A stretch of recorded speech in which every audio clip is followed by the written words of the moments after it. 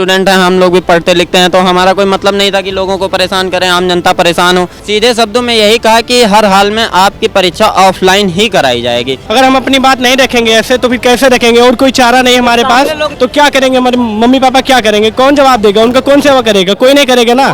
College decide करता है कि क्या ये इस टाइम टेबल के अकॉर्डिंग सबका पेपर होना चाहिए या ना होना चाहिए।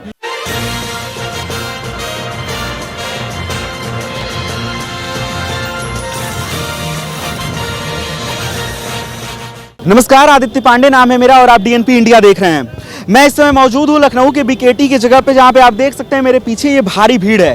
ये भारी भीड़ इसलिए क्योंकि ये एकेटीयू के छात्र हैं और उनकी मांगे ये है कि जो इनके आगामी एग्जामिनेशन होने वाले हैं वो ऑनलाइन हो। लेकिन इनकी मांगों को सुना नहीं जा रहा है। इन लोगों ने वाइस चांसलर से भी बात की। वाइस चांसलर से जब बातें हुई तो वाइस चांसलर ने कहा कि जो कोविड के नियम है, उन कोविड के नियमों का ख्याल रखते हुए आप लोगों को मास्क की व्यवस्था की जाएगी, आप लोगों के लिए सैनिटाइजर की व्यवस्था की जाएगी, लेकिन जो आप लोगों का एग्जाम है वो ऑनलाइन ही होगा, ऑफलाइन ही होगा।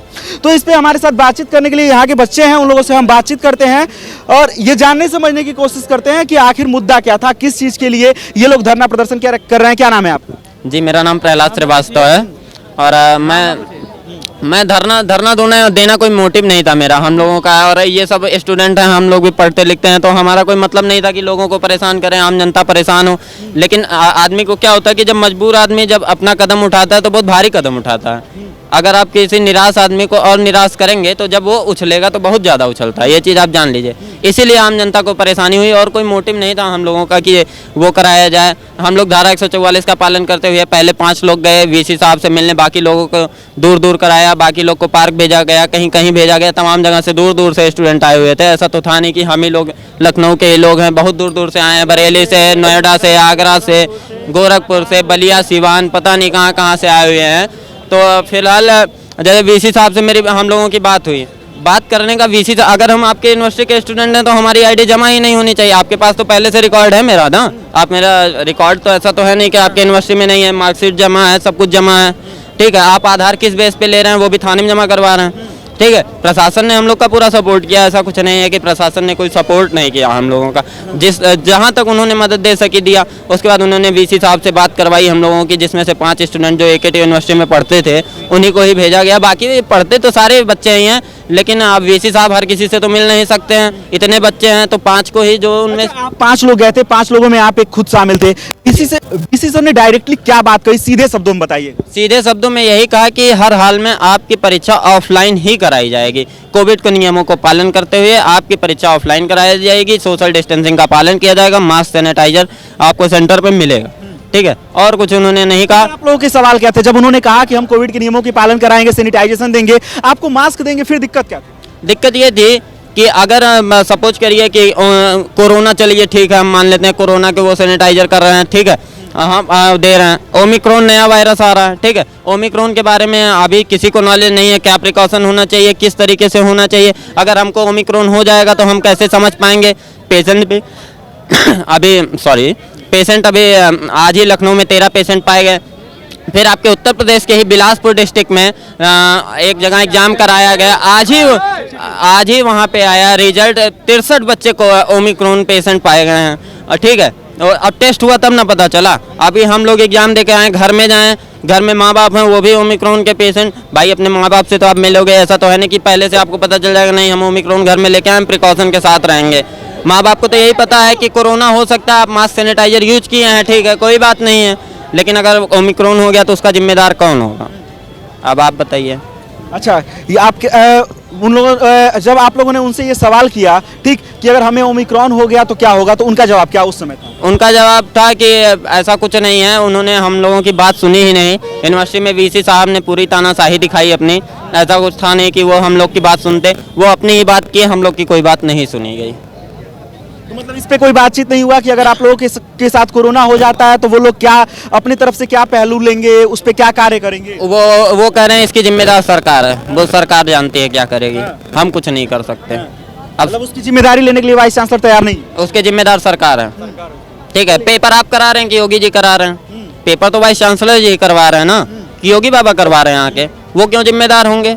सारी यूनिवर्सिटियाँ ऑनलाइन एग्जाम ले रही हैं, BHU हो गई, DU हो गई, LU हो गई, इलाहाबाद यूनिवर्सिटी हो गई, तो सारी यूनिवर्सिटी यहाँ हो गई। आप महाराष्ट्र में चले जाइए, गोवा चले जाइए, सारी यूनिवर्सिटियाँ। हम लोग तो ऐसा तो लखनऊ में इंटीग्रल यूनिवर्सिटी है, वो भी ऑनलाइन एग्जाम ले रही है, तो फिर हम लोग का एग्जाम ऑफलाइन क्यों हो?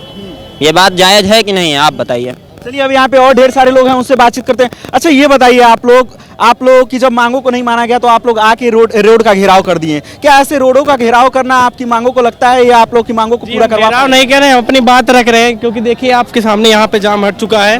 अगर हम अपनी बात नहीं रखेंगे ऐसे तो फिर कैसे रखेंगे? और कोई चारा नहीं हमारे पास। जो सामने लोग नहीं आ रहे हैं तो क्या करें? हम लोग को मजबूरी है यहाँ पे आना। और दूसरी बात यह है कि जब वाइस चांसलर जवाब दे रहा साफ साफ कि हम कोई जिम्मेदारी नहीं ले रहे थे, सरकार भी कुछ कह नहीं रहा है कि मैं क्या करूं, तो हम लोग क्या करें? आप बताइए।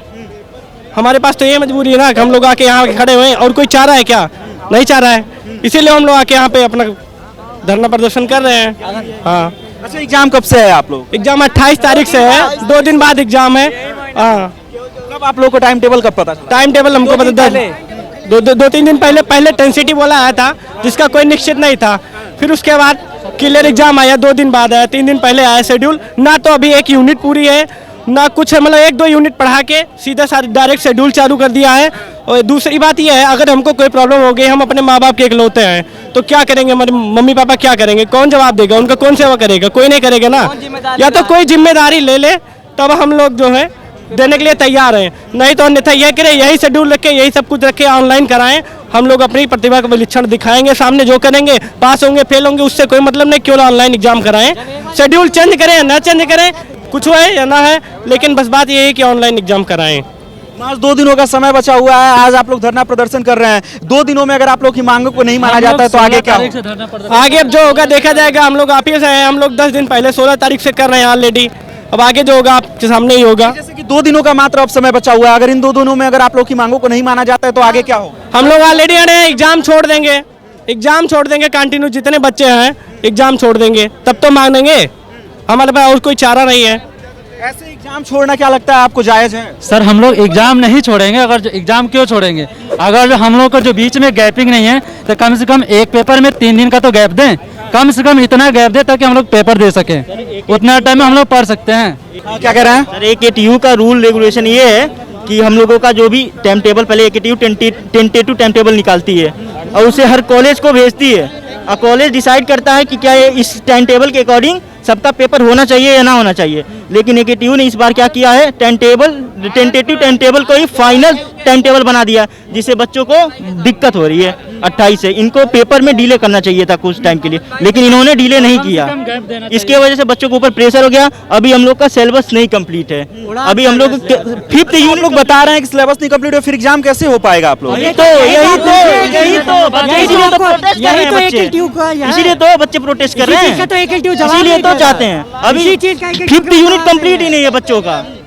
दिक्कत ये है, ओमिक्रॉन का चेंज जो है लगातार बढ़ती जा रही है, आप देख रहे हैं। और जितना भी अदर स्टेट है, जैसे मध्य प्रदेश हुआ, ऑनलाइन पेपर करने के लिए बोल दिया है। अब यहाँ पे उत्तर प्रदेश में नहीं हो रहा ऑनलाइन पेपर करा देते तो उससे हमारा क्या होता, ओमिक्रॉन का प्रिकॉशन जो भी बाद में पता चलता तो उससे हम लोग बच सकते थे।